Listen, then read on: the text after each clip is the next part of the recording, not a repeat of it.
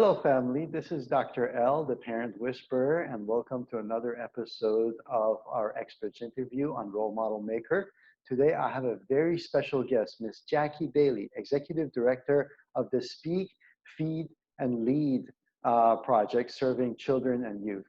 She is amazing. I had a talk with her earlier last week, and the information that she has and the message she has for the world and how she shows up and wants to serve the world, I think it's phenomenal, and I wanted to go ahead and have her come to the show and share some of her insights and her expertise with you.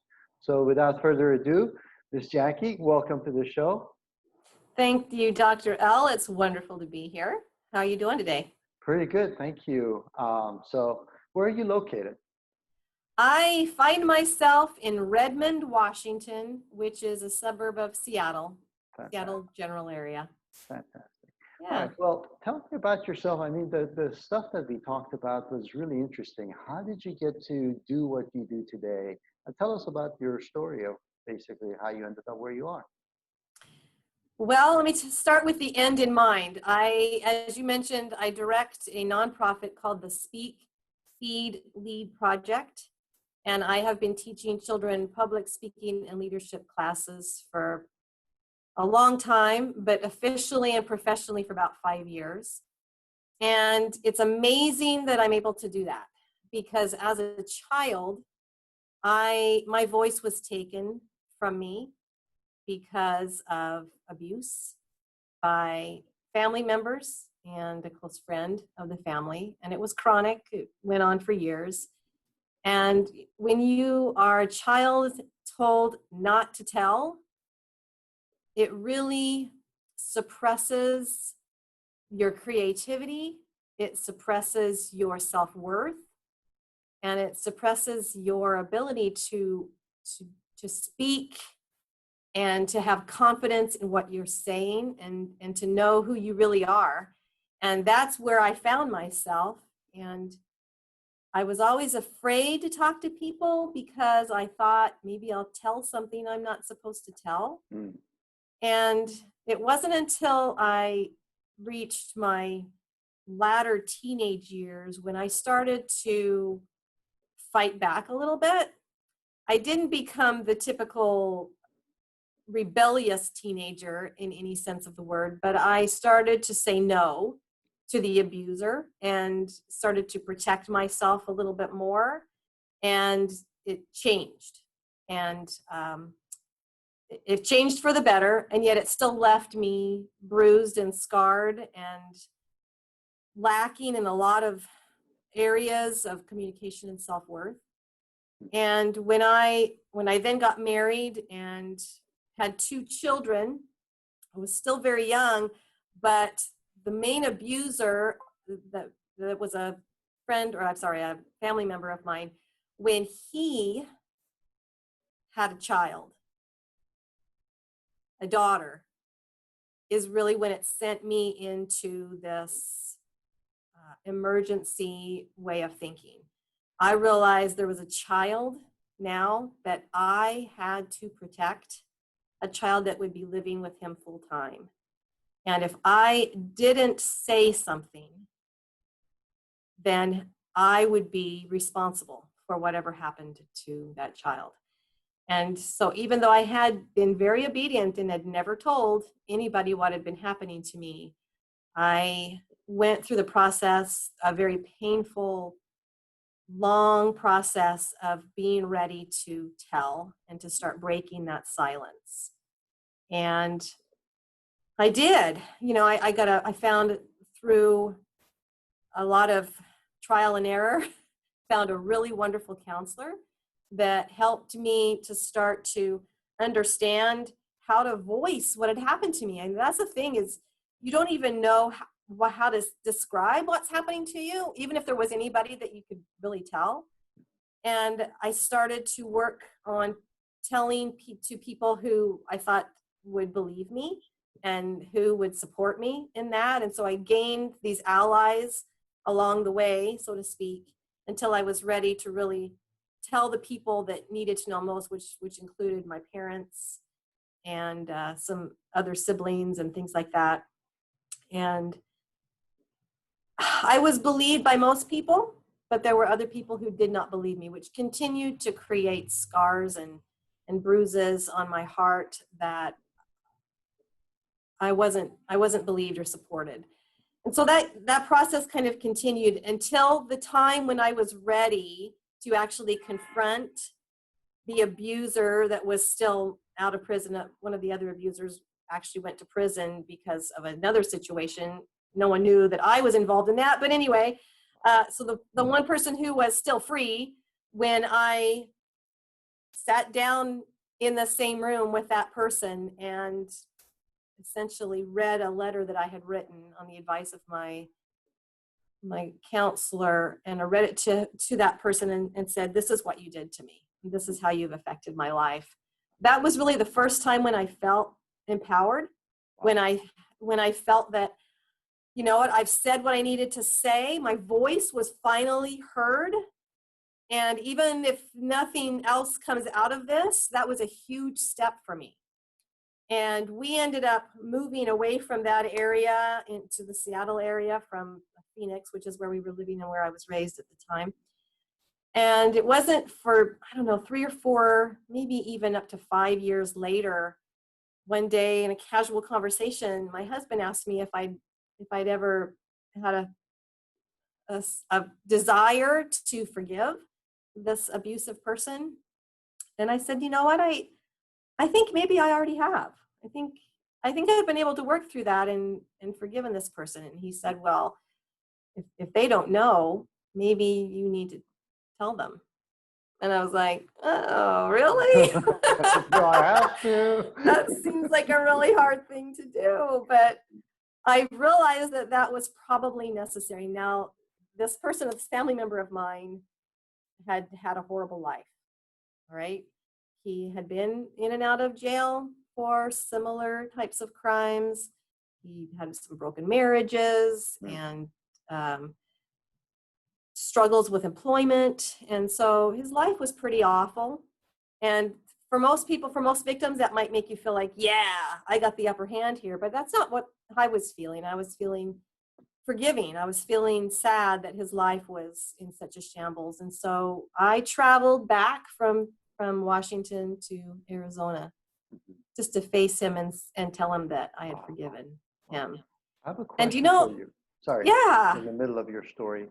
But do you have any tips or recommendations for people who have been hurt as far as finding a counselor or how to go about it, somebody that they can trust? You mentioned this trial and error, but what did you learn? What tips can you give the audience as far as being able to confide in somebody like that they can trust?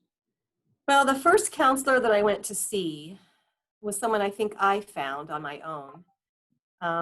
When I told her a little bit about my history and why I was there, the next question out of her mouth was, do you feel that you need to divorce your husband? Which came totally out of the blue because my husband had nothing to do with anything, and I said, no. And I felt like that was going to be her agenda for some reason. Very and judgmental. so, right. Yeah, so I walked out of there pretty quickly. And then I was referred to someone who told me on that very first day, Dr. L, she told me that I was going to need to forgive. And I said, that was impossible. It was like telling me to lift up a giant boulder and throw it over my head. There was not even no way I could consider that as a possibility. But she told me that very first day, she said, if you're not willing to at least consider that someday you'll be able to forgive, then you're never going to heal from this.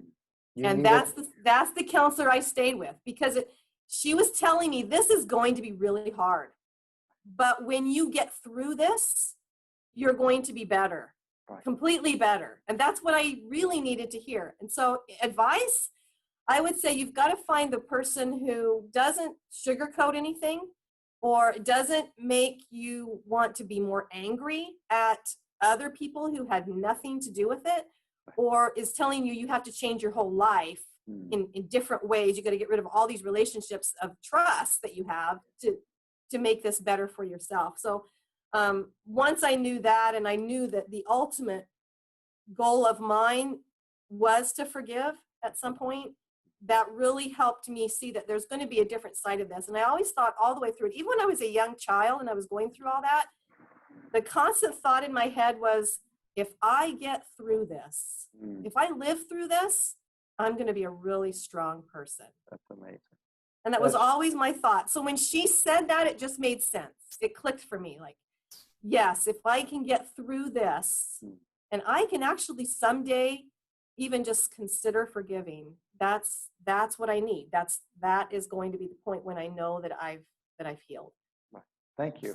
I mean, I'm a big picture person. So for me to know that end destination or what it's supposed to end up looking like, that's huge when I have to take these small steps and you can't really connect the dots together because you're in the middle of it. You're in it so much. Right. And the strength of your character shows when you, even as a child, you could see that you're going to, you know, one day you're going to overcome this. That's just amazing, basically. All right. So sorry, I interrupted your story, but I thought that was significant. No, that's all right. I appreciate interrupt anytime you need to. You know your audience, and so if they need to hear something particular or more clarity on that, let me know. So once I worked through that process, I was going to say that not only did my life then change, I felt like, yes, I felt like I'd forgiven, but until I said to that person I needed to forgive that I have forgiven you, his life didn't change. And that's the beauty that I've learned about forgiveness, is that it's not just for the other person, that it's for you, but 2 lives are changed. In fact, more lives than that were changed because the life of this abuser completely turned around. And he repented, if you want to call it that, changed his life, figured out what was important, started making better decisions, and became a model father, a model husband, and model career, whatever he was doing. And so it changed. It was like I had been held prisoner by him for so many years, and yet he was being held prisoner by me as well until I released him by forgiving him. So I learned that it's a 2-way street. And so sometimes we call ourselves a victim, but in reality, we do have power over that other person to release them from their sins, so to speak. And when we can do that, it's so beautiful that both sides can be freed from that situation in different ways. And then from there, I just started realizing that I had a voice, that I felt empowered at that point, and I started realizing I want to speak. I have a message and I want to start sharing it. And I joined a group of consultants, and I went to this, what would you call it, a conference, and the keynote speaker was Jeannie Robertson. I don't know if you know who Jeannie Robertson is. She calls herself a humorist, and she's this former Miss North Carolina, and she's this tall, gorgeous, slender. At that point, she was in her 60s. She's probably in her 70s now at this point, but she's still performing. And she was the keynote speaker that day, and she was so funny, and yet she was so inspiring at the same time. She took me through multiple emotions in one presentation, and I was just in awe that she could do that. And unlike myself, which tends to be a fairly shy person, I pushed my way through the crowd when she was done, and I got in front of her and I said, "Oh my gosh, how did you do that? How did you take me through so many different emotions in a 40-minute period of time?" And she said, "Well, I do this all the time. I'm with the National Speakers Association, so I have a lot of practice." And then she looked me very closely in the face and she said, "If you want to be a better speaker, you need to join Toastmasters International." And I had never heard about Toastmasters. I didn't know anything about it. She said, "That's what you need to do." And so when I got home from that conference, which was in South Carolina, first thing I did was Toastmasters Club. And there was 1 mile from my house. I went to that first meeting, and it didn't matter to me if they were going to bite heads off of chickens. I was going to join because Jeannie Robertson told me that's what I needed to do. And that was the right decision, because I started not only learning how to speak better, but I started to lead in the organization, and started out at the club level, and then I went up higher and higher until eventually I was leading 4,000 people in this nonprofit organization and teaching teams of hundreds of people how to meet certain milestones and how to do things better. And that's where I really learned how to lead. I learned what it meant to be a leader. So I have this book then that I wrote after that experience, which is called Self-Centered Leadership: Becoming Influential, Intentional, and Exceptional. Now, the self is an acronym for those 4 characteristics or traits that I learned I needed to be a leader, and that I feel like everyone who wants to be exceptional needs to be. And that was sacrifice, empowerment, love, and friendship. And that's what self-centered means. And when you live in a self-centered way, then you will be intentional, you'll be influential and exceptional. And I thought, this is going to really spark my speaking career. Not so much. I still had a young family and still working at a business that I had started. And then I started to realize I got an opportunity to teach a homeschool group of kids a public speaking class. This was a 9-week class. So every week I'd go in and I would teach a little bit more, and they were having fun and I was having fun. And I started realizing, wow, this is really fun. I could actually do this more as a career. So I began to develop the curriculum more and more until here we are today, where I started from the end. Now we are where I am the executive director of a nonprofit now that helps children find that voice. Now, not all children were abused like me, but lots of children have social anxieties. And with the internet and social media now, kids don't get that experience face to face. They know how to text. They communicate really well with their thumbs, but we've lost that art of communication face to face, right? And so a lot of these kids don't know how to talk to people. And one of the basic skills we teach them is conversation. How do you have a conversation? How do you listen effectively? How do you respond effectively? And then that leads into other skills in communicating well and leading properly and that kind of thing. But, we want to reach kids that are in incarceration centers or correctional facilities. Here in Washington, there are 13,000 kids every year, as young as 10, that are admitted to correctional facilities. Wow. And I'm thinking they're just being taught how to be a criminal for the rest of their life. And I'm not saying that public speaking would change everything, but for me, it would have. If someone had given me those tools of communication at some point during that time when I was in that abusive situation, I think I would have felt more empowered. I think I would have had more courage and confidence to say what was happening to me. And so I think a lot of the reason that these kids make bad decisions is because they don't know how to communicate what their needs are, or they don't have anybody to tell. So that's twofold mission for me, is to help them learn how to speak and give them someone to talk to. So I mentor kids as well. And then there's kids that are in the foster care system that have probably been in many homes, in and out, or feeling worthless, feeling unloved and no connection to any particular person. And then when they turn 18, bam, they're out on the street. 40% of them end up homeless. And so I think too, as these children are going into adulthood and needing schools and career, as a goal, that having the skills of communication would be so much more empowering for them as well. Job interviews and the like, where they can have that confidence to speak and talk to people. So I don't know that we'll change the world, but if I can change one child at a time and give them those empowering tools, then it's all worth it to me. So that's what we do at the Speak, Feed, Lead project. Absolutely. That's fascinating. That's amazing. Actually, your acronym for SELF is probably what all of those kids that are in the incarceration centers really need, and they never got in the first place. And when you don't get to practice those, then as a result, the first time that you get an opportunity, chances are you're going to make a mistake.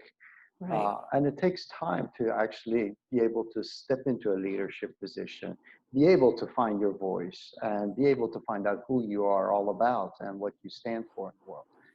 And that's something that these kids are now getting an opportunity to to do. So more applause to you. So good job. Thank you.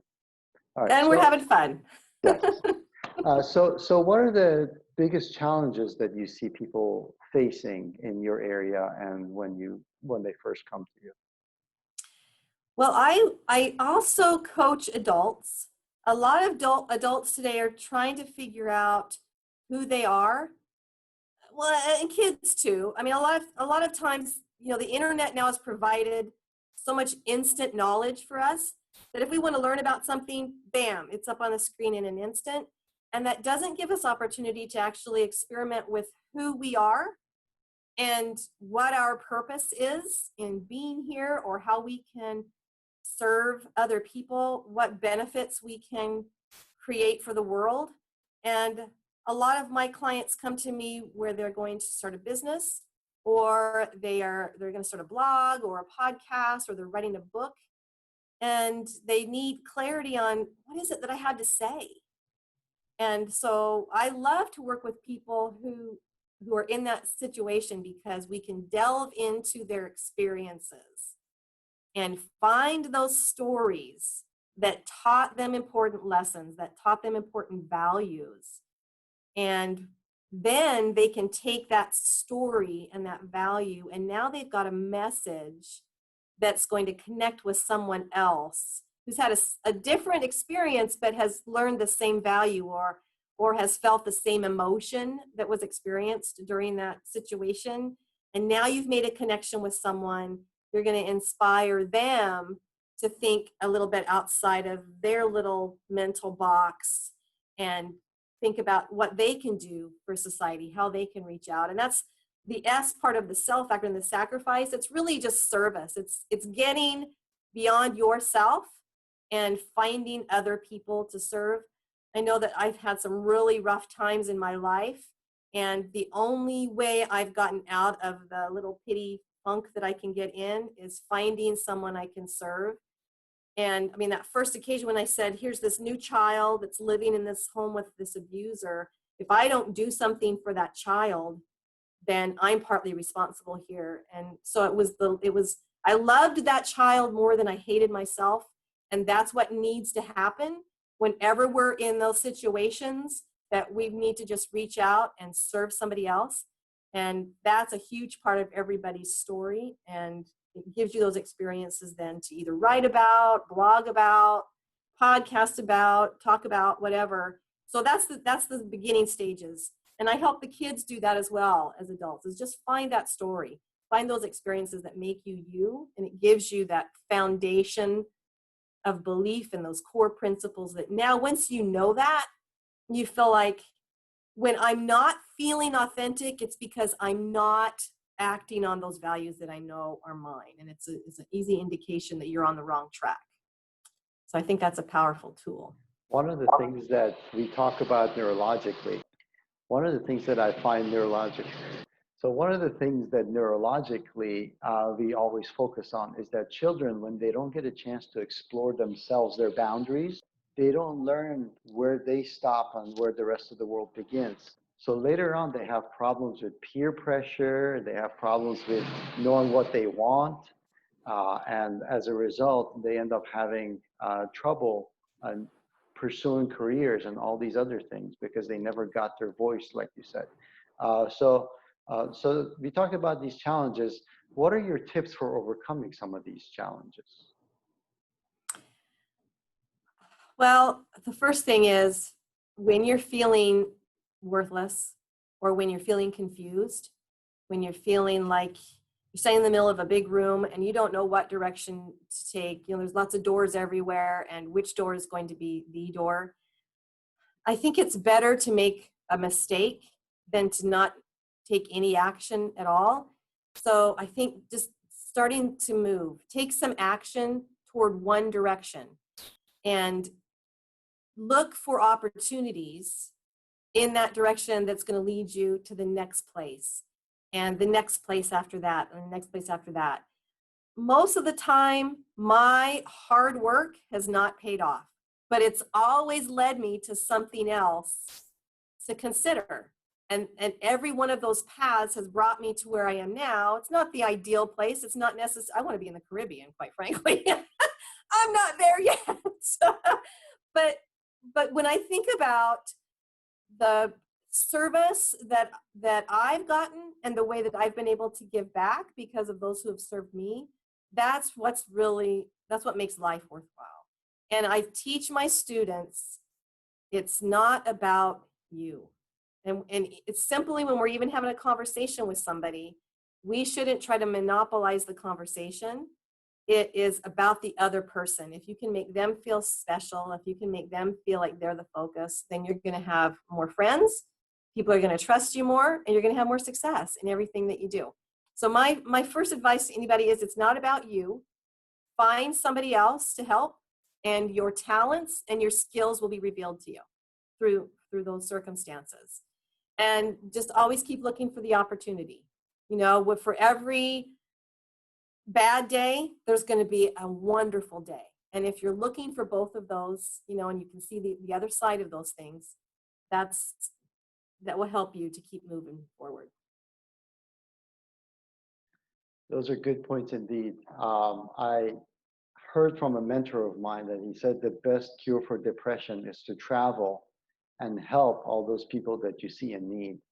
And that will also empower you and make you feel good about your abilities to make a difference and impact in the world, that you're not powerless, you're not a victim. Well, I heard a wonderful story by Robert Herjavec, who's one of the sharks on Shark Tank show. And he, with all of his wealth, he's this real estate mogul, has houses all over the world, married and had children, had pretty much everything that all of us would desire to have, right? But one day his wife came to him and said, I want a divorce. And that knocked him down. He realized, I am losing what is the most important thing to me, and it's because I have ignored something, or I wasn't aware of something going on in this relationship. And he became very depressed. This was back in 2012, I believe. He became very depressed and was almost suicidal. And it's hard for me to imagine that, because I'm thinking, you have everything. How could you possibly want to give all that away and just, leave this planet? But that's how distraught he was. And he had a friend that worked here in Seattle at the Union Gospel homeless shelter. And so he told Robert, he said, you need to come here with me, stay with me for a little while down here. So he did. He went to the Seattle Union Gospel Mission and lived like one of the homeless men in the shelter. Nobody knew who he was.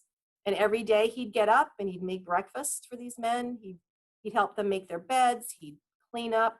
At night, they'd go out on these big vans and they would see homeless people laying on the street, and they'd bring them into the van and take them back to the shelter so that they would be warm at night. And he did that for a month, undercover essentially.